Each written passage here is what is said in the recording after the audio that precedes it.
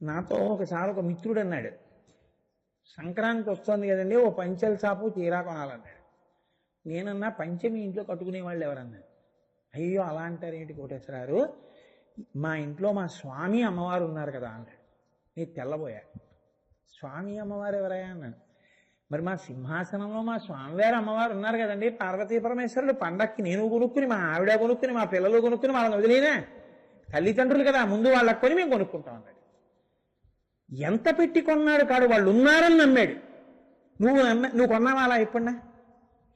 పెళ్లికి బట్టలు మేనత్త పేరు రాస్తావు, మేనల్లుడి పేరు రాస్తావు, ఆ తమ్ముళ్ళు రాస్తావు, వదినలు రాస్తావు, ఎవరికి ఏ రేంజ్ రాస్తావు, ఎందుకైనా మంచిదని సేఫ్ సైడెడ్గా ఇంకో 10 చీరలు అంటావు. నా ఇంట నా సింహాసనంలో ఉన్న నా సర్వేశ్వరుడికి, నా తల్లికి ఓ పంచల చాపు, ఓ చీర, పసుపు, కుంకమని మొట్టమొదట ఓ పళ్ళెంలో పెట్టి తీసుకెళ్ళి అక్కడ పెట్టి నమస్కారం పెట్టావా? నీకు ఇక్కడ సౌందర్యం ఉంటే వాడు అక్కడ పొంగిపోతాడు. ఎంత పంచ పెట్టావని కాదు, ఆయన కట్టుకునే పంచి నువ్వు పెట్టలేవు. కానీ తండ్రి ఎంతంత పంచలైనా కట్టగలడు, అంతటి సమర్థుడు. ఆయన షష్ఠి పూర్తి పీటల మీదయా కొడుకు సంతోషంతో తీసుకొచ్చినటువంటి ఓ 300 రూపాయల పంచ కట్టు కూర్చుంటాడు. అది కాళ్ళకి పిక్కలకి పైకి వెళ్ళింది, అయినా కట్టుకుంటాడు. ఎందుకో తెలుసా? పాపం వాడికి తెలియదండి, ఈ పిల్లాడు ఏదో తెచ్చాడు పంచ, వాడు తెచ్చింది కట్టుకుంటే వాడికి సంతోషం అని కట్టుకుంటాడు. నీ ఆర్తి ఆయన నీకు సుందరవదనారవిందంగా కనపడతాడు. ఇంతకన్నా నేను నోరు కొట్టుకోక్కర్లేదు అనుకుంటున్నాను. కాబట్టి ఎవరి చేత కట్టబడనటువంటి వాడు అమాయకురాలైనటువంటి గోపిక కడదామని ప్రయత్నిస్తే అయ్యో ప్రయత్నిస్తోందని తనంత తాను కట్టుబడి దామోదరుడైనట్టు నీవు కూడా ఈశ్వరుడి పట్ల అంత కృతజ్ఞతాభావంతో ఉంటే ఆయన నీకు సుందరవదనారవిందుడై కట్టుబడతాడు. ఇది చెప్పడానికి పక్కకి తెచ్చారు ఆ పేర్లు తప్ప ఏదో సరదాగా ఇది బాగుంది ఇది బాగుందని వేయడం కాదు. కాబట్టి దామోదర గుణమందిర సుందరవదనారవింద గోవింద. ఇప్పుడు పూర్వం శ్లోకంలో నిన్న మీకు చెప్పినప్పుడు నేను ఉద్ధృత నగభిధనుజ ధనుజకులామిత్ర మిత్ర శశి దృష్టే అన్నప్పుడు ఉద్ధృత నగ అంటే కొండ ఎత్తి పట్టినటువంటి వాడు గోవిందుడే. అందులో ప్రకటనంగా పేరు చెప్పకపోయినా గోవిందనామస్మరణమేగా శంకరాచార్యులు వారు చేశారు. మరి ఇప్పుడు మళ్ళీ గోవింద అనడం ఎందుకు? అంటే ఇక్కడ ఒక పెద్ద రహస్యాన్ని ఒక దాన్ని దాచారు శంకరాచార్యులు గారు. ఏమిటో తెలుసా అండి? ఈశ్వరుడు దశావతారములు స్వీకరించాడు. అందులో ఇంకా కల్కి అవతారం రాలేదు.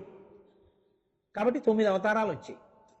9 అవతారాల్లో పట్టాభిషేకం జగద్విఖ్యాతంగా జరిగినటువంటి అవతారాలు 2.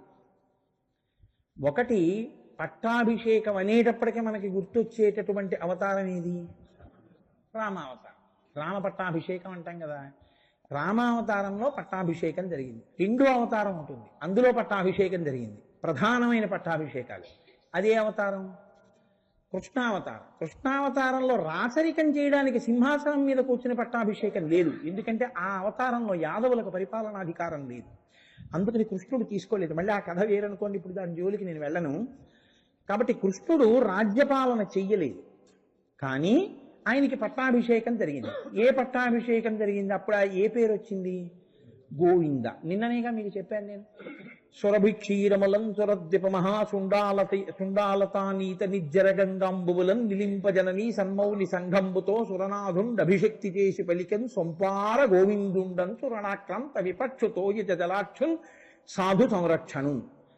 ఆ రోజున ఆకాశగంగా జలాల్ని ఐరావతను తన తొండంతో పట్టుకుని వస్తే కామధేనువు పాలతోటి ఇంద్రుడు అభిషేకించి గోవిందా అని పిలిచాడు. కాబట్టి కృష్ణావతారంలో సింహాసనం మీద కూర్చోపెట్టకపోయినా ఇంద్రుడు ఆయనకి పాలు పోసి మందాకిని జలాలు పోసి గోవిందా అని పట్టాభిషేకం చేసి పిలిచాడు. గోవింద పట్టాభిషేకం. శ్రీరామ పట్టాభిషేకము అయింది, గోవింద పట్టాభిషేకము అయింది. అసలు మనుష్య జాతికి కీర్తి తెచ్చినటువంటి వాడు ధర్మావలంబకుడు రామచంద్రమూర్తి. కాబట్టి ఈ స్తోత్రంలో ఎక్కడైనా ధనుజకులామిత్ర అన్న దాంట్లో తప్ప రాక్షస సంహారం చేసినటువంటి వాడా అంటే ప్రధానంగా రాముణ్ణి కీర్తించడం తప్ప అసలు ప్రకటనంగా శంకరాచార్యుల వారు రామనామం ఎక్కడైనా చెప్పారా ఈ స్తోత్రంలో? ఎక్కడ చెప్పలేదు. అసలు మనుష్యులకి ధర్మం నేర్పినవాడు ఆయన కదండి. భద్రాచలం వెళ్ళి ఆ శంకరాచార్యుల వారే ఆయన్ని స్తోత్రం చేశారు. మహానుభావ, ఇంత గొప్ప అవతారమయ్యా నీది అని. అటువంటి శంకరాచార్యుల వారు ఈ స్తోత్రంలో ఎక్కడ రామనామం ఎత్తలేదు. పైగా రామ పట్టాభిషేకం పరిపాలనాంశ కలిగిన పట్టాభిషేకం. పట్టాభిషేకం పరిపాలన కోసం చేస్తారు. ఆ మాటకొస్తే కృష్ణుడికి గోవిందుడిగా పట్టాభిషేకం పరిపాలన కోసం పట్టాభిషేకం కాదు. కాబట్టి రామనామం వెయ్యాలి. గోవింద అని వేశారు కానీ రామ అని వేయలేదు అక్కడ. ఎందుకు వేయలేదు? ఎందుకు ఆయన మళ్ళీ గోవింద అనేవాడారు? ఉద్ధృతనగా గోవింద అయినప్పుడు మళ్ళీ గోవింద అనడం ఎందుకు? రామ అనకుండా పరిపాలనాంశగా చూస్తే రామ కదా పెట్టాలి అక్కడ. ఎందుకు పెట్టారో తెలుసా అండి గోవింద అని? మీరు చాలా జాగ్రత్తగా వినవలసి ఉంటుంది ఈ విషయాన్ని. రామచంద్రమూర్తి రావణ సంహారం చేసేశారు. చేసేసిన తర్వాత ఆయనకి పట్టాభిషేకం జరుగుతుంది. పట్టాభిషేకం జరుగుతున్నప్పుడు 80 ఋషులు వచ్చారు. కాత్యాయన సుయజ్ఞశ్చ గౌతమో విజయస్థధ అని వశిష్ఠో వామదేవశ్చ జాబాలి రథకాశ్యప కాత్యాయన సుయజ్ఞశ్చ గౌతమో విజయస్థధ. ఈ 80 వచ్చి ఆయనకి పట్టాభిషేకం చేశారు. అభిషేకం చేసి స్నానం చేయించి ఈ 80 ఆయనకి పట్టాభిషేకం చేసినప్పుడు ఆయన మనసు కొంచెం ఇబ్బంది పడింది. ఆయన మనసు బాధపడింది. అంటే భగవంతుడు బాధపడతాడా అండి అని మీరు అడగచ్చు. రామావతారం మనుష్యుడికి సంబంధించిన అవతారం కాబట్టి సీతమ్మ కనపడకపోతే ఏడిచాడా లేదా? ఏడిచిన వాడు ఏదైనా తేడా వస్తే కొంచెం బాధపడతాడా పడ్డా? ఒక తేడా ఒకటి జరిగింది రాముడికి పట్టాభిషేకం జరిగినప్పుడు. ఏమిటా తేడా అంటారేమో. ఏ మహానుభావుడు రామాయణాన్నంతటినీ దర్శనం చేసి రచించాడో బ్రహ్మగారి యొక్క అనుగ్రహం చేత ఆ వాల్మీకి మహర్షి రామ పట్టాభిషేకం చేసినప్పుడు ఒక మాట రాశారు. అది వాసవో వసుహు అని. అంటే వసువులు, అష్టవసువులు ఉంటారు 80. వాళ్ళు వాసవో అంటే ఇంద్రుడు. ఇంద్రుడికి వసువులు పట్టాభిషేకం చేస్తారు. ఇంద్రుడికి వసువులు పట్టాభిషేకం చేస్తే ఎలా ఉంటుందో ఈ 80 ఋషులు రాముడికి పట్టాభిషేకం చేస్తే అలా ఉంది అని రాశారు. అంటే ఆయన ఉద్దేశం ఏంటంటే ఇంద్ర పట్టాభిషేకం చాలా గొప్పది కదా, అందుకని పోల్చారు. కానీ రాముడు కుందేట మనసులో. ఎందుకో తెలుసా? ఇలా అంటారు ఏమిటినన్నది. ఎందుకని అంటే ఆ రాముడు చిన్నపిల్లవాడిగా ఉండగా బాలకాండలో చెయ్యరాని తప్పు పని చేసినటువంటి ఇంద్రుడు పతివ్రత అయినటువంటి అహల్యతో చెయ్యరాని దోషం చేస్తే రామచంద్రమూర్తి యొక్క పాద ధూళి తగిలి మళ్ళీ అహల్య శాప విమోచనాన్ని పొందితే ఆయన పతితపావనుడు అని పేరు వచ్చింది. ఆ ఇంద్రుడు దోషం చేస్తే అహల్యని తాను ఉద్ధరించాడు. ఆ ఇంద్రుడి పట్టాభిషేకంతో తన పట్టాభిషేకాన్ని పోల్చడం ఏంటి? ఎవరు తప్పు చేశాడో ఆ తప్పు చేసిన వాడి వల్ల పొరపాటు పొంది ఇబ్బంది పడిన స్త్రీని తన పదరజస్సుతో ఉద్ధరించినటువంటి రామావతారం యొక్క పట్టాభిషేకాన్ని బాలకాండలోనే తప్పు చేసిన వాడిగా చెప్పబడ్డ ఇంద్రుడి పట్టాభిషేకంతో పోల్చి చూపించడమా? అరే, ఇంద్ర పట్టాభిషేకం జరిగినట్టు జరిగిందన్నారు వాల్మీకి మహర్షి. ఇంద్రుడు ఎటువంటి వాడు, నేను ఎటువంటి వాడిని? నేను పతితపావనున్నై ఆవిడ్ని ఉద్ధరించాను. ఆయన ఆవిడికి మచ్చ తెచ్చాడు. ఆయనతో నన్ను పోల్చారేమిటి? ఇంద్రుడు అన్న పేరుతోటి పట్టాభిషేకానికి కొంచెం బాధపడ్డట్టు ఆయన. అందుకని ఆ పట్టాభిషేకానికి రాముడు లోపల సంతోషించింది లేదు. కాదు, రెండో కారణం ఏమిటో తెలుసా అండి? రావణాసురుడు ఎంత భయంకరుడో రావణాసురుడి కొడుకు అంత భయంకరుడు. ఆయనకి పేరు మేఘనాథుడు, కానీ ఆయన బిరుదునామం ఇంద్రజిత్. ఎందుకంటే ఇంద్రుణ్ణి గెలిచాడు. ఇంద్రుణ్ణి గెలిచినటువంటి వాడు కనుక ఇంద్రజిత్. ఇంద్రుణ్ణి గెలిచిన వాడిని తన తమ్ముడు లక్ష్మణుడు చంపేశాడు. అంటే తన తమ్ముడైన లక్ష్మణుడు ఇంద్రజిత్తుని చంపితే తాను రావణాసురుణ్ణి చంపి విజయరాఘవుడు అని పేరు పొందాడు. విజయరాఘవుడైనటువంటి వాడికి తన తమ్ముడి చేతిలో ఓడిపోయినటువంటి ఆ రావణుడి కొడుకు చేతిలో ఓడిపోయినటువంటి ఇంద్రుడితో పోల్చి అభిషేకం చెప్పడం ఏమిటి? ఆ ఇంద్రజిత్తుతోట పోల్చడం. ఆయన ఓడిపోయాడు కదండి. మరి రావణాసురుని యొక్క కొడుకు చేతిలో ఇంద్రజిత్ చేతిలో ఇంద్రుడు ఓడిపోయాడు. ఆ ఓడిపోయినటువంటి వాడెవరో ఇంద్రుడు, ఆ ఓడిపోయినటువంటి ఇంద్రుడితోటే తన పట్టాభిషేకాన్ని పోల్చడం ఇంద్రుడి పట్టాభిషేకంలో ఉందని. కాబట్టి రామ పట్టాభిషేకంలో ఈ రెండు వాసవో వసుహు అని వసువులు ఇంద్రుడికి చేసినట్టు చేశారు అనడం వల్ల రాముడి మనసు కుందిందిట. వీళ్ళు ఏమిటో అనేశారు, కానీ ఇది ఎలా కుదురుతుంది? రెండు కారణాల వల్ల. ఆ ఇంద్రుడికి నాతో పోలికేమిటి పట్టాభిషేకానికి? ధర్మంలోనూ సరిపోడు, పైగా రావణుడి కొడుకు చేతిలో ఓడిపోయినటువంటి వాడు. అట్లా ఓడిపోయినటువంటి వాడిని తీసుకొచ్చి నా పట్టాభిషేకంతో పోల్చడం ఏమిటి అని ఆయన బాధపడ్డట. అదే గోవింద పట్టాభిషేకం దగ్గరికి వచ్చేటప్పటికి ఆ ఇంద్రుడే వచ్చి ఈయనకి అభిషేకం చేసి కాళ్ళ మీద పడ్డాడు, చిన్ని కృష్ణుడి కాళ్ళ మీద. కాబట్టి గోవింద పట్టాభిషేకం జరిగినప్పుడు సంతోషించట. అమ్మయ్య, వీడే వచ్చి నాకు గోవింద అని పిలిచి నా కాళ్ళ మీద పడ్డాడు. ఇది త్రేతాయుగంలో ఉన్న బాధ ద్వాపర యుగంలో పోయింది. కృష్ణుడికి గోవింద పట్టాభిషేకం చేసి మీరు పట్టుకున్నారో లేదో అని చెప్పింది. కాబట్టి మనసు సంతోషించిన పట్టాభిషేకం గోవింద పట్టాభిషేకం. పట్టాభిషేకం జరిగిన పోలిక వల్ల కొంచెం కుందిన పట్టాభిషేకం రామ పట్టాభిషేకం. అందుకని గోవింద అంటే ఆయన ఎక్కువ సంతోషిస్తాట. అందుకని శంకరాచార్యులు వారు ఏం చేశారంటే పరిపాలనాంశగా పట్టాభిషేకం గుర్తొచ్చేటప్పటికి కొంచెం ఆయన చిన్నబుచ్చుకుంటాడు. ఆ బాధ ద్వాపరయుగంలో పోయింది పట్టాభిషేకంలోని. గోవింద అంటేనే ఎక్కువ సంతోషిస్తారని గోవింద అనే వేశారు. ఒక్క మాట శంకరాచార్యులు వారు వేశారంటే లోపల ఎంతో హృదయం ఉంటుంది, ఆయన ఎంతో భావన ఉంటుంది. కాదు, ఎందుకు వేశారో తెలుసా అండి? ఇద్దరిని కీర్తిస్తారు. ఎప్పుడు భోజనాలు చేస్తున్నా, పంక్తిలో ఉన్నా, ఏం చేస్తున్నా ఇద్దరిని కీర్తిస్తారు. ఎప్పుడు కూడా మనం చూడండి, పార్వతీపతే హరహర మహాదేవ అన్నాను అనుకోండి, శంభో శంకర అంటారు. కానీ ఏమీ అనకపోయినా సరే ఇలా నేనంటేనే మీరు అంటారు. హరే పార్వతీపతే అన్నాను అనుకోండి, హరహర మహాదేవ అంటే శంభో శంకర అంటారు. ఏమీ అనకపోయినా గోవింద గోవింద అంటారు తిరిగి. దానికి ముందెవరు ఏం చెప్పక్కర్లేదు, చెప్పకపోయినా గోవింద గోవింద అంటారు. పిల్లాడు పుట్టాడు అనుకోండి, వాడికి మొదట ఏం నేర్పుతారంటే రెండు చేతులు తీసుకెళ్లి జోగలు పెట్టించి గోవింద గోవింద అంటారు. పిల్లాడు పుట్టగానే గోవింద. ఆయన పేరు వెంకటేశ్వరుడు, అయిన మెట్లెక్కుతూ గోవింద గోవింద గోవింద గోవింద అంటారు. క్యూ జరగలేదనుకోండి, గట్టిగా గోవింద గోవింద గోవింద గోవింద అంటారంటే ఏమో లైన్ జరపండి, ఏమో లైన్ జరపండి. ఆఖరికి భోజనాలు ఎట్టారనుకోండి, ఉచిత భోజనాల దగ్గరికి వెళ్ళారనుకోండి, తింటూ తింటూ మధ్యలో ఎవడో గోవింద గోవింద, ఆదివరాహస్వామి గుడికి గోవింద గోవింద, గుండు చేయించుకున్నారనుకోండి గోవింద గోవింద. ఆఖరికి ఇంట్లో ఎవడో ఊడిపోయాడు అనుకోండి, గోవింద కొట్టేశాడు. పుట్టుకనందు మంగళమనందు అమంగళమనందు అన్నిటి యందు గోవింద. చిత్రం ఏంటంటే గోవిందనామానికి అంత ప్రఖ్యాతి ఉంది. ఒక్క మంగళంలో ఉపయోగించడం కాదు, అసలు దాన్ని ఉపయోగించకుండా ఉండడం అన్నది ఉండదు. ఎవరో ఒక ఆయన ఓడిపోయాడు అనుకోండి, ఆయన ఏమైందండి అని అనుకోండి, గోవింద కొట్టేశాడు ఏంటంటే. చిత్రం ఏంటంటే పసిపిల్లల దగ్గర నుంచి వృద్ధుల వరకు, పుట్టడం దగ్గర నుంచి ఊడిపోవడం వరకు గోవిందనామని. అటువంటి నామాన్ని ఉద్ధృతనగా అని వదిలేసి ప్రకటనంగా అనకపోతే దోషం అయిపోలేదు. అందుకని గోవింద అన్నారు. అలా అనకపోతే వీళ్ళు చిన్నబుచ్చుకుంటారు ప్రార్థనలు, అదేంటి ఇన్ని ఉన్నాయి కానీ గోవింద అంటే బాగుండేదని.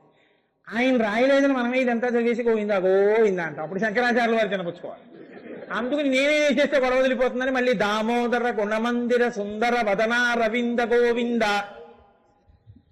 ఈశ్వరుడి అనుగ్రహం కలగడానికి ప్రధానమైంది ఏదంటే గురువుగారి అనుగ్రహం ఉండాలి.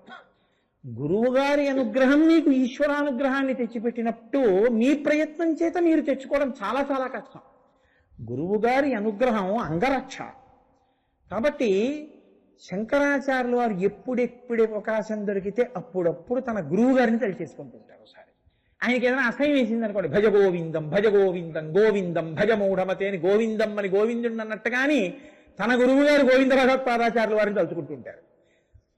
ఇంతమంది ఉద్ధరింపబడడానికి నేను ఈ స్తోత్రం చెప్తున్నాను కదా, మా గురువు గారి పేరు ఇందులో ఉంటే కదా అనుగ్రహం. అందుకని గోవింద భగవత్పాదుల్ని తలుచుకున్నట్టు ఉంటుందని గోవింద కాదు. అసలు ఈ లోకానికి ఎలా బతకాలో జ్ఞానం చెప్పడానికి మొట్టమొదటి జగద్గురువు అనేటటువంటి బిరుదు పొందినవాడెవరు? కృష్ణ పరమాత్మ. కృష్ణం వందే జగద్గురుం భగవద్గీత చెప్పాడు. అసలు లోకానికి భగవద్గీత చెప్పి నాకన్నా ముందు జగద్గురువు అని బిరుదు పొందినటువంటి వాడిని నేను స్మరించకపోతే నేను ఎలా జగద్గురువుని అవుతాను? కాబట్టి నాకు ముందు జగద్గురు స్థానాన్ని పొందినటువంటి కృష్ణుడిని ఇందులో ప్రకటనంగా తలుచుకోవాలి. కాబట్టి ఆ కృష్ణుడు పట్టాభిషేకం పొందిన నామం గోవింద. ఒక్క కారణం కాదు, ఎన్ని కారణాలకి గోవింద పెట్టారో చూడండి ఆయన. కాబట్టి దామోదర గుణమందిర సుందర వదనారవింద గోవింద భవజలది మదన మందర పరమందరమపనయతం మే. శంకరులు అంటున్నారు భవజలది మదన మందర అన్నారు. మళ్ళీ ఇక్కడ ఒక వింత ప్రయోగం చేశారు. అసలు శ్రీ మహావిష్ణువు మందర పర్వతం ఎప్పుడూ అవ్వలేదు. ఆయన ఆదికూర్మం అయ్యారంతే. మీరు బాగా గమనించండి, ఆయన మందర పర్వతం అయ్యారా? ఆయన అవలేదు. మందర పర్వతం పాల సముద్రాన్ని చిలుకుతున్నప్పుడు అందులో పెట్టి వాసుకిని తాడుగా చేస్తే వాసుకి అన్న తాడుతో తిప్పుతున్నప్పుడు వదిలైతే పర్వతం కిందకి వెళ్ళిపోతుంది పాల సముద్రంలోకి. అరే ఈ పర్వతం నిలబడ్డానికి ఆధారం కావాలన్నారు. ఇప్పుడు ఆయన ఆదికూర్మమై మందర పర్వతం కింద చేరారు. వీపు మీద చేరితే ఆయనకి ఎప్పటి నుంచో వీపు మీద కొంచెం దొరదుందిట. అది అప్పుడు తీరింది. ఒక ఆయన తిప్పి పొడిచాడు. చిత్రం ఏమిటంటే ఆ మందర పర్వతంగా ఉన్నటువంటి ఆ మందర పర్వతాన్ని ఆదికూర్మంగా ఉన్న విష్ణువు భరించారు, కానీ మందర పర్వతం ఆయన అవ్వలేదు కదండి. కానీ శంకరులు అంటున్నారు భవజలధి మదన మందర, నువ్వే మందరాన్ని అన్నారు. ఇక్కడ ఎలా మందరం? ఇక్కడ ఎలా మందరం? ఆయన మందర పర్వతం ఎలా అయ్యారు అంటే భవజలధి సంసారం అనేటటువంటి సముద్రాన్ని చిలికడానికి మీరు ఎవరిని కవ్వంగా తీసుకోవాలి అంటే మందర పర్వతాన్ని కాదుట, పరమేశ్వరుణ్ణి కవ్వంగా తీసుకోవాలి. ఇప్పుడు పరమేశ్వరుడనే కవ్వాన్ని తీసుకుని మీరు చిలుకుదాం అనుకున్నారనుకోండి, ఆ కవ్వం జారిపోతుంది. కవ్వం జారిపోకుండా ఉండాలంటే కవ్వానికి కట్టిన తాడు గట్టిగా కట్టి వదులు కాకుండా తిప్పడం రావాలి. మీరు పట్టుకున్నారో లేదా ఎప్పుడన్నా అసలు చల్ల చిలకడం చూస్తే మీకు ఇది తెలుస్తుంది. యువతల వైపు మీరు ఇలా లాగి యువతల వైపు ఇలా వదిలేశారనుకోండి, కవ్వం కిందకి వెళ్ళిపోతుంది. ఇలా లాగినప్పుడు ఈ తాడు ఇక్కడ వరకే వెళ్ళాలి, స్టిఫ్గా ఉండాలి కవ్వం. మళ్ళీ ఇది ఇలా అంటున్నప్పుడు ఇది ఇలా వెళ్ళాలి ప్రపోర్షనేట్గా. ఇలా సమానంగా పెడితే కవ్వం జారిపోకుండా కింద తిరుగుతూ ఉంటుంది. ఇలా ఈ తాటితో పట్టుకోవడంలో కవ్వం మజ్జిగలో తేలి ఉండి చిలుకుతూ ఉంటుంది, దానికి ఆధారం లేకుండా చిలుకుతుంది. అప్పుడంటే మందర పర్వతానికి ఆదిపూర్వం ఆధారం కావలసి వచ్చింది. ఇప్పుడు ఈ సంసారం అనే సముద్రాన్ని చిలకడానికి ఆధారం అక్కర్లేదు, కవ్వాన్ని గట్టిగా పట్టుకుంటే చాలు.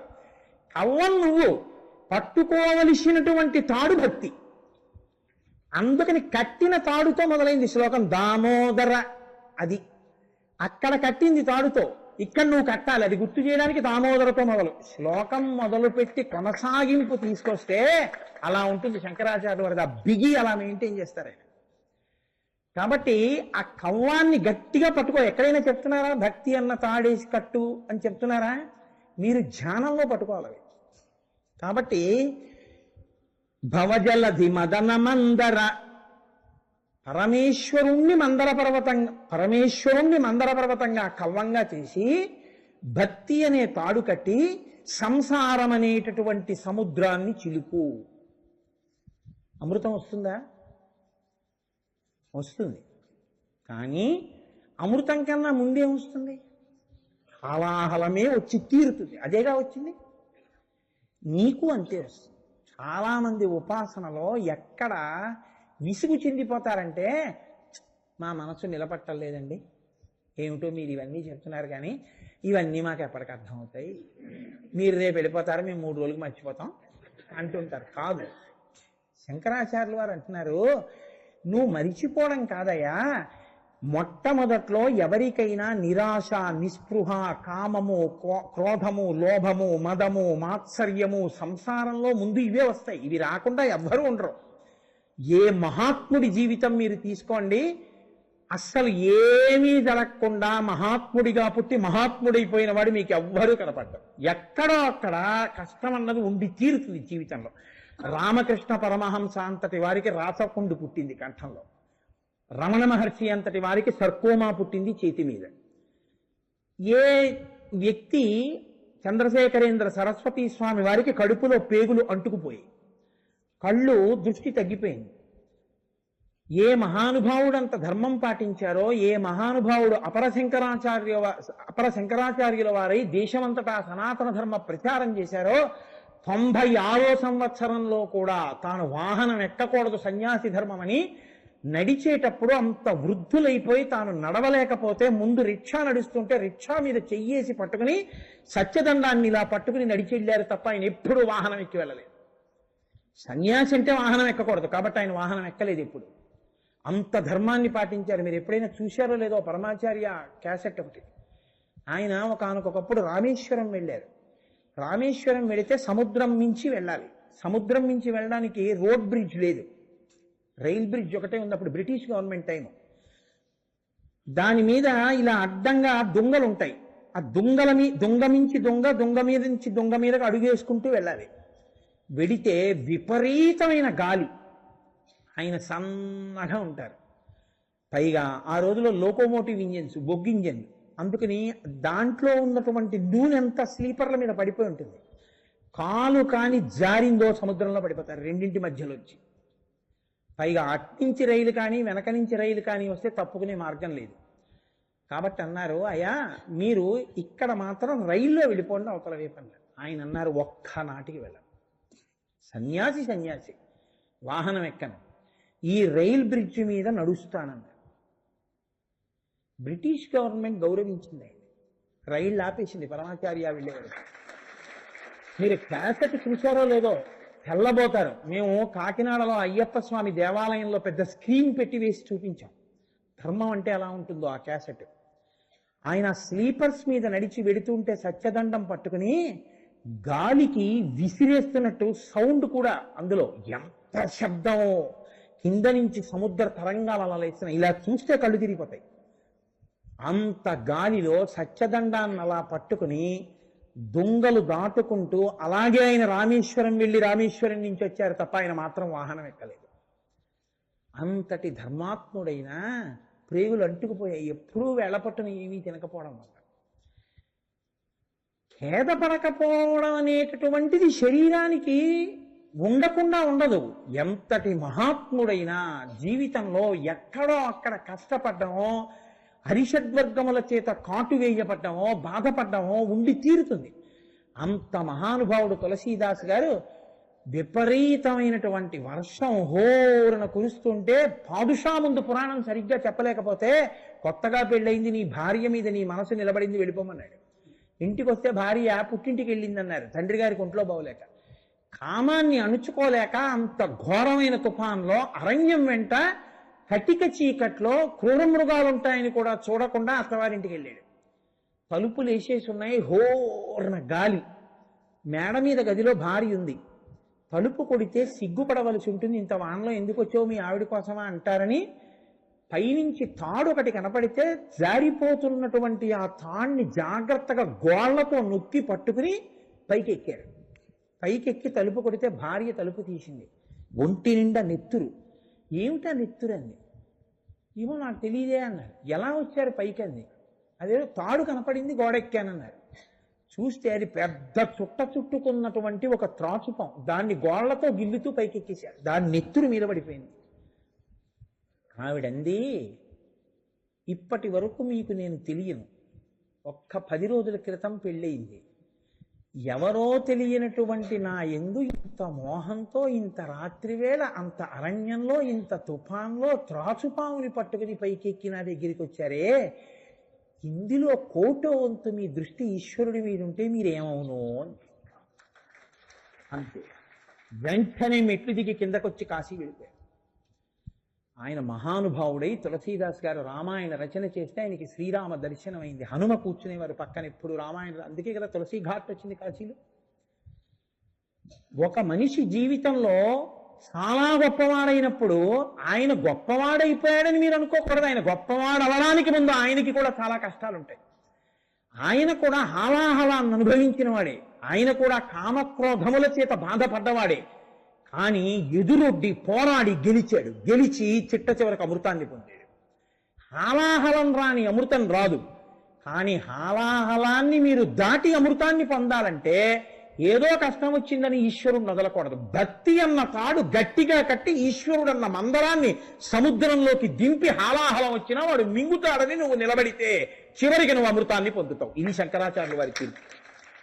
కాబట్టి భవజలది మదన మందర పరమందరమపనయతం మే 6వ శ్లోకంతో నిజానికి షట్పది అయిపోయింది. ఎందుకంటే 6 కదా, షట్ అంటే 6, 10 అంటే పదములు, పదములు అంటే శ్లోకం. ఒక్కొక్క శ్లోకం ఒక్కొక్క పదంగా తీసుకున్నప్పుడు 6 పదములు, లేదు అది 9, 6 కాళ్ళు. కాబట్టి 6 శ్లోకాలతో షట్పది పూర్తవ్వాలి. పూర్తవ్వాలంటే ఆయన గొప్పతనం ఏమిటో తెలుసా అండి? పూర్ణత్వాన్ని పొందేస్తేనే పూర్తయినట్టు కదండి. శ్లోకం కాదు పూర్తవ్వలసింది, మీరు ఈశ్వరుడిని మీకు తెలియడం, ఆత్మజ్ఞానాన్ని పొందడం. పూర్ణం అంటే ఏంటి? ఎక్కడ మొదలెట్టారో అక్కడికి తిరిగి వస్తే పూర్ణం. ఇలా వెళ్ళి ఇలా వచ్చి 0 పెట్టాలంటే మళ్ళీ ఎక్కడ మొదలెట్టారో అక్కడికి వచ్చేస్తే కదా పూర్ణం. శ్లోకం దేంతో ప్రారంభమైందో దాంతో పూర్తి చేసేశారు. అవినయం అపనయ అని కదా మొదలెట్టారు. అపనయత్వం మే అంటూ పూర్తి చేశారు, అంటే పూర్ణం చేసేశారు. ఇది శంకరుల యొక్క ప్రతిభ రచనలో. కాబట్టి ఆయన అంటున్నారు, భవజలది మదన మందర, ఈశ్వర నిన్ను నేను మందర పర్వతంగా చేసుకుని సంసారమన్న సముద్రాన్ని చిలుకుతాను, అమృతాన్ని పొందుతాను. నీవు నాకు దీని కొరకు చెయ్యవలసిన ఉపకారం ఏమిటో తెలుసా? భవజలది మదన మందర, పరమం ప్లస్ ధర అని తీసుకోవాలి. దాన్ని ఒత్తేసి పరమంధర అని చదవకూడదు. పరమందర, పరమం ప్లస్ ధర. ధర అంటే సంస్కృతంలో భయం, భీతి, భయానికి ధర అంటారు. పరమం అంటే చాలా బాధతో కూడినటువంటి భయం. చాలా భయంతో ఉన్నారనుకోండి, ఎప్పుడూ భయం. ఎప్పుడూ భయం దేనివల్ల? పిచ్చి ప్రేమ ఎక్కువైపోవడం వల్ల. మీతో నేను చెప్పాను, పిల్లాడు 8 గంటలకి ట్యూషన్ నుంచి రావాలి, 9 అయింది రాలేదు. ఆ రోడ్డు మధ్యలో గొయ్యి తీశారు, వీడు చూసుకోకుండా ఫ్రెండ్స్తో మాట్లాడుతూ వస్తాడు. వాడి సైకిల్ గబుక్కుని గోతులో పడిపోయి ఏం అవ్వలేదు కదా అంటుందమ్మ. ఏం అవ్వలేదు కదా. వాడు పడిపోయి కాళ్ళు చేతులు విరిగిపోయేమో అంత నోటితో ఆ మాట అందో, ఏం అవ్వలేదు కదా అంటుంది తప్ప ఇంకో అరగంట లెక్కలు చెప్పారేమో అందో. ఎందుకందో తెలుసా అండి? ఎక్కడ పిచ్చి ప్రేమ ఉన్నదో అక్కడ శంక ఉంటుంది భద్రత గురించి. ఎక్కడ చాలా ప్రేమ ఉంటుందో అక్కడే ప్రేమ పెరిగిన కొద్దీ బెంగ పెరుగుతుంది. బెంగకే భయం అని పేరు. ఈ భయం మీరు పెట్టుకుని రక్షించగలరా? మీరు ఆలోచించండి, కొంచెం జాగ్రత్తగా ఆలోచించండి. అంత తేలికేం కాదు వద్దని చెప్పడం. నేను నా భార్య గురించి బెంగ పెట్టుకుని నా భార్యను నేను రక్షించగలనా? నేను హైదరాబాద్ వచ్చి కాకినాడలో ఇది ఎలా ఉందో ఏమిటో ఎలా ఉందో ఏమిటో అని బెంగెట్టుకుంటే నేను ఏమైనా కాపాడగలనా? ప్రైవేటుకి వెళ్ళిన పిల్లాన్ని నేను రక్షించగలనా? హైదరాబాదులో ఉన్న కొడుకుని కాకినాడలో ఉండి నేను కాపాడుకోగలనా? నాకు భయం లేని స్థితి కలగాలంటే, వాడు భద్రంగా నేను భద్రంగా ఉండాలంటే, నాకు పిరికితనం లేని స్థితి కలగాలంటే వాడి అనుగ్రహం వల్ల అందరం బాగుండాలి. కాబట్టి పరమం ధర, బాధతో కూడిన ఈ భయాన్ని అపనయ తీసేసేయి. తం నువ్వు, మే నా కొరకు. ఇది ఎందుకు తీసేయాలి అంటే, శంకరులు దేంతో మొదలెట్టారో దానికి వ్యతిరేక కోణంతో పూర్తి చేశారు. మొదట దేంతో మొదలెట్టారు? అవినయం అపనయ. నాకు అవినయాన్ని తీసేయమన్నారు. అవినయం మీకు ఉంది అంటే అవినయానికి మారు పేరు ఏమిటి? అహంకారం కదండి. అహంకారం ఉన్నవాడు ఈశ్వరుడి పాదాలు పట్టుకోలేడు. పిచ్చి భయం ఉన్నవాడు ఈశ్వరుడిని పట్టుకోలేడు. మీ భయం ఎప్పుడూ దేని మీద ఉండిపోతుంది అనుకోండి, మీరు త్రికరణ శుద్ధిగా భగవత్పాదములు పట్టుకోలేరు. ఎందుకో తెలుసా అండి? ఎప్పుడూ ఆ భయంతోనే ఉంటారు. కాబట్టి చిత్తశుద్ధితో ఈశ్వరుణ్ణి పట్టుకోలేరు. కాబట్టి పిరికి గుండె ఈశ్వరుణ్ణి పట్టలేదు, అహంకారం ఉన్నటువంటి గుండె ఈశ్వరుణ్ణి పట్టలేదు. అహంకారం తీయమని మొదట అడిగి పిరికితనం లేకుండా ఉంచమని చివరి అడిగారు. ఈ రెండింటి మధ్యలోకే ఉపాసన వస్తుంది. ఈ రెండింటి మధ్యలో అసలు ఈ రెండు, ఒకటి ఉన్నా ఒకటి లేకపోయినా ఉపాసన లేదు. అందుకని ఇక్కడ పరమందరమపనయతం మే, ఇక్కడ భయాన్ని తీయమన్నారు, అక్కడ అవినయాన్ని తీయమన్నారు.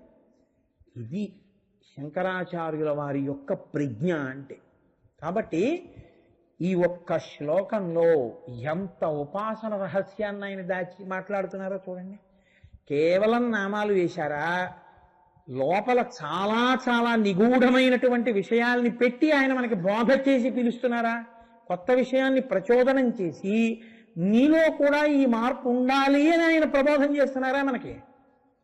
దామోదర గుణమందిర సుందర వదనారవింద గోవింద భవజలధి మదన మందర పరమందర మపనయతం మే.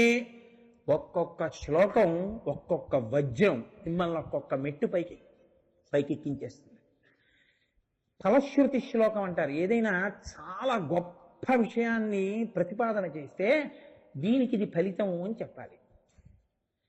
ఫలశ్రుతిగా శంకరాచార్యులు వారు ఇది ఫలశ్రుతి అని చెప్పరు. అంటే ఇదేదో 20 మాటలు జరిగితే ఇది వస్తుంది, 3 మాటలు జరిగితే ఇది వస్తుంది, 9 మాటలు జరిగితే ఇది వస్తుంది కాదు. ఇన్ని మాటలు జరిగితే వచ్చేది కాదు, దీనిలో అర్థం తెలిసి నువ్వు అర్చిస్తే వచ్చేది. అసలు నీకు బాగా అర్థం అవ్వడానికి ముందు చదవడం మొదలెట్టాలి. ఇది చదవకపోతే అసలు మనుష్య జన్మ యొక్క ప్రయోజనమే లేదు కదండి. అసలు మనుష్య జన్మ ఎత్తి షట్పది రాదు అంటే అసలు ఆ జన్మ ప్రయోజనమే ప్రశ్నార్థకం. కాబట్టి ఇప్పుడు శంకరాచార్యులు వారు చివరంటున్నారు, నారాయణ కరుణామయ. నారాయణ అంటే నారహ ఆయనం, సమస్త జీవులయందు తానే ఉండి ఆయనమై ఆధారమై ఉన్నవాడు. యథార్థమనకు ఆయనే తానై ఉన్నవాడు. తత్వం అసి అయి ఉన్నవాడు. మీకు బాగా అర్థం అవ్వాలంటే, నేను తులం బంగారం ఇచ్చి ఉంగరం చేయించా. బంగారపు ఉంగరం తయారవుతుందా, రాగి ఉంగరం తయారవుతుందా? బంగారపు ఉంగరమే తయారవుతుంది. నేను బంగారం ఇచ్చి ఉంగరం చేస్తే బంగారు ఉంగరం వస్తుంది, రాగి ఇచ్చి పాత్ర చేస్తే రాగి పాత్ర వస్తుంది. నారాయణ అంటే నారమలకు ఆయనమైన వాడా, సమస్త జీవుల యందు నీవే ఉండి నడిపిస్తున్నవాడా. ఆయనే ఉండి ఆయనే నడిపించినప్పుడు నువ్వు ఆయనే అయ్యి ఉంటావు కదండి. రైల్లో అప్పర్ బెర్త్లో పడుకున్నా, మిడిల్ బెర్త్లో పడుకున్నా, లోయర్ బెర్త్లో పడుకున్నా, పడుకున్నది మాత్రం ఆ రైల్లోనే తిరుపతి వెళ్తావు నువ్వు. అంతేగాని అప్పర్ బెర్త్లో పడుకున్న వాడు అస్తమానం ఏమంటే తిరుపతి వెళ్తుందా, మీరు గబుక్కుని ఒకవేళ మీరు తిరుపతి నేనేమో కాకినాడ వెళ్ళిపోను కదా అని అడగకూడదు. అలాగే వెళుతుంది కదా. ఇంకా మరీ అతి తెలివితేటలు ఉంటే మనం చెప్పలేం. ఏదో వెనకటికి మా స్నేహితుడు మాట చెప్తుండేవాడు, విశాఖపట్నంలో హౌరా వెళ్లే మెయిలు, చెన్నై వెళ్లే మెయిలు కూడా ఓసారి వస్తూ ఉంటాయి. అది అటుపోతుంది, ఇది ఇటుపోతుంది. హౌరా మెయిల్ 1వ నెంబర్ ప్లాట్ఫామ్ మీదకి వచ్చింది, ఒక ఆయన లోపలికి వెళ్ళి భోజనం చేస్తున్నాడు, అది వెళ్ళిపోయింది. చెన్నై వెళ్ళే మెయిల్ వచ్చింది. అయితే మాత్రం అందులోనూ S1, S2, S3, S4గా ఉంటాయి. ఆయన మళ్ళీ భోజనం చేసి వచ్చి బ్రేవ్ మంది ఎంచి S4 వెతుక్కుని అప్పర్ బెర్త్కి పడుకున్నాడు. ఆ కింద కూర్చున్న వాళ్ళు మారిపోయారు, ఇంతకు ముందు ఉన్న వాళ్ళు లేరు. ఇంకా ఇంతకు ముందు చాలా మంది ఉండేవాళ్ళు కదా మనతో పాటు చెన్నై వచ్చేవాళ్ళు, వాళ్ళు ఎవరు లేరేమిటని ఆయన అన్నాడు. కాబట్టి మీరు ఎక్కడికి వెళ్తున్నారు అన్నాడు. వాళ్ళు అన్నారు హౌరా వెళ్తున్నాం అన్నారు. హౌరా మెయిల్ వచ్చేసింది కదా, మేము హౌరా వెళ్తున్నాం అన్నారు. ఆయన అన్నాడు ఇప్పుడైనా దూకియాలి పైనుంచి. ఆయన అన్నాడు ఎంత అభివృద్ధి చెందాయండి railways, under berth is going to Howrah and upper berth is going to Chennai. ఇప్పుడు ఎవరు రక్షిస్తాడు ఏనండి? అప్పుడు కూడా అంత మౌఢ్యం. నారాయణ కరుణామయ, ఇది శంకరాచార్యులు. మేము ఎంత అయోమయంలో ఉన్నామంటే ఈశ్వరా లోపల నువ్వుండి నడిపిస్తున్నావు, నేనే నడుస్తున్నానని నేను అంటున్నాను. ఇంతకన్నా అన్యాయం ఏంటి? నీ ఊపిరి నువ్వు తీసుకోవడమే నిజమైతే ఊపిరి ఆగిపోయిన వాళ్ళందరూ వాళ్ళు ఆపుకున్నారా? వాళ్ళు ఆపుకోలేదుగా, వాళ్ళ ఊపిరి ఆగిపోయింది. వాళ్ళకి వెంటిలేటర్లు పెట్టినా ఎందుకు ఆగిపోయింది? ఎవడి ఊపిరి వాడు తీసుకుంటే ఎవడు చచ్చిపోడు. అంటే ఊపిరి తీసేవాడు ఊపిరి ఆపేవాడు వాడున్నాడు. భవతి అని సంస్కృతంలో మాట. భవతి అంటే ఉన్నాడు, ఉన్నాడు అంటే ఊపిరి మీదే ఆధారం. ఊపిరి నువ్వు తీస్తే నువ్వు చిరంజీవి, ఊపిరిని తీసేవాడు వేరొకడున్నాడు కాబట్టే నీ సంకల్పంతో సంబంధం లేకుండా నీ శరీరం పడిపోతుంది. ఇది నారాయణ, ఆయన నడిపిస్తున్నవాడు. బంగారంతో చేసిన ఉంగరంలో బంగారమే ఉంటే నారాయణ అంతటా ఉంటే అన్ని నారములకు ఆయన ఆయనమైతే ఉన్నది నారాయణయే. కానీ నేనేమంటున్నాను, నేనున్నానంటున్నాను. ఇది నా అజ్ఞానం. Upper berth Chennai, lower berth Howrah పెడుతోందంటే. కానీ నువ్వేమంటున్నావు? అలా మీతో ఎవరైనా అన్నారనుకోండి, మీదైన వస్తువు వాళ్ళకి ఇచ్చారనుకోండి, సాధారణంగా బ్యాంకుకి రైల్వే స్టేషన్కి వెళ్తే వెంటనే పెన్ను అడుగుతారు కదా. మీరు పెన్ను ఇచ్చారనుకోండి, అలా నించున్నారనుకోండి, ఆయన మళ్ళీ ఏం చేస్తారంటే రాసుకుని జేబులో వేసుకుంటారు. పెట్టుకుంటే మీరు అందుకే క్యాప్ మీ దగ్గర ఉంచుకుని పెన్ను ఇవ్వాలి ఎప్పుడు. పెన్ ఇచ్చేయకూడదు, మీరు మర్చిపోతారు. అందుకని అప్పుడు మీరు మాస్టర్ పెన్ అండి అన్నారు అనుకోండి, మీరు ఇచ్చారా అన్నారు అనుకోండి, మీకు ఎలా ఉంటుంది? రే ఇదేంటో ఇప్పుడే కదా ఇచ్చాను విచిత్ర వెళ్తాం, కానీ మీరు ఇచ్చారా అంటారేంటి అనుకోరు, మీరు ఇంత కృతజ్ఞత అనుకోరు. ఏమిటండో ఇప్పుడు పుచ్చుకున్నారు, ఇప్పుడు మీరు ఇచ్చారా అంటున్నారు, మీ పెన్లాగా అంటాను కోపం వస్తే కదా. వాడు లోపలుండి అన్నీ నిర్వహిస్తుంటే నేనే అన్నీ చేసుకుంటున్నానని అన్నా కూడా మిమ్మల్ని ఏమనుకుంటా, వాడు లోపల ఊపిరి తీసుకురానంటే కరుణామయుడు కాడు వాడు. నారాయణ కరుణామయ, ఇది శంకరాచార్యులు వారు. ఆయన ఈ మాటలు అంటే ఏదో అన్నానని అనరు, ఆ పక్కనే అన్నారంటే దానికి అర్థం ఉంటుంది. దానివల్ల మీ మనసు రంజిల్లుతుంది చదువుతున్నప్పుడు. అబ్బా నిజం కదా ఈశ్వర, నేను ఏదో పూర్తి చేసేయాలి కాబట్టి అలా చెప్పేస్తున్నాను, కానీ సౌలభ్యంగా అసలు మీరు బాగా లోపల విచారణ చేసి చూస్తుంటే అమృతం వస్తుంటుంది ఆ శ్లోకాల్లోంచి.